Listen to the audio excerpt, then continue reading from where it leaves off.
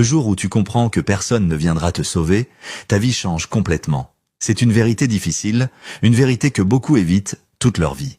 Parce qu'au fond, on espère toujours que quelqu'un viendra réparer nos blessures, nous motiver, nous comprendre, nous donner la force de changer.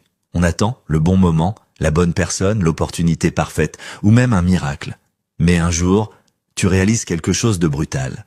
Personne ne va vivre ta vie à ta place. Personne ne va faire disparaître tes peurs.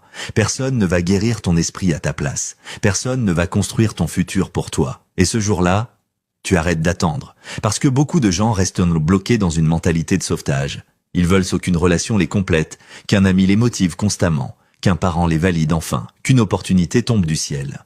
Mais la réalité, c'est que même les personnes qui t'aiment ne peuvent pas faire le travail intérieur à ta place. Elles peuvent te soutenir, te conseiller, t'aider temporairement, mais elles ne peuvent pas te sauver de toi-même. Et parfois, la raison pour laquelle certaines personnes restent faibles, c'est parce qu'elles attendent encore quelqu'un. Quelqu'un qui viendra leur donner confiance, quelqu'un qui viendra les choisir, quelqu'un qui viendra donner un sens à leur vie. Mais la maturité commence quand tu comprends que personne ne t'arrive. Tu es à la fois la personne perdue et la personne qui doit retrouver le chemin. C'est dur à accepter, parce que ça veut dire que tu dois devenir responsable de ta propre guérison.